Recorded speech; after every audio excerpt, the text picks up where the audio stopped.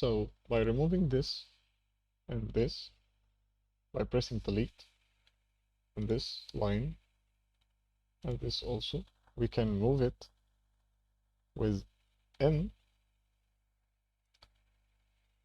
Now we can put it here and draw another line from here. Insert line. Another line we can draw.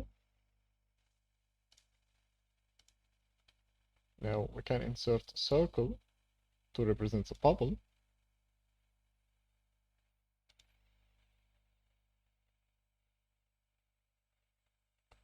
Okay. Click to this point. This point. Again.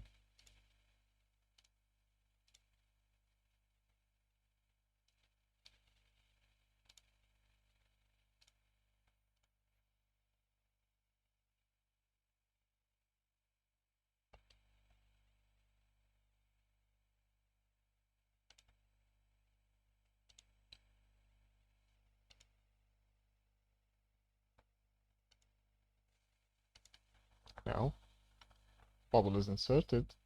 We can move all of these.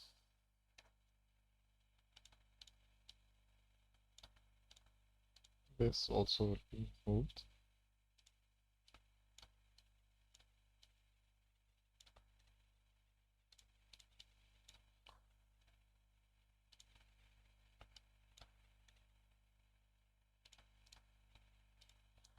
Alt R, move.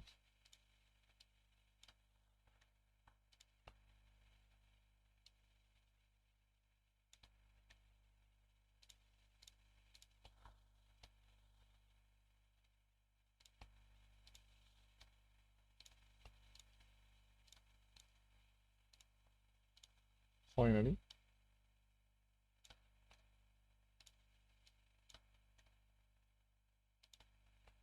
this is subcircuit name, and this is our device name.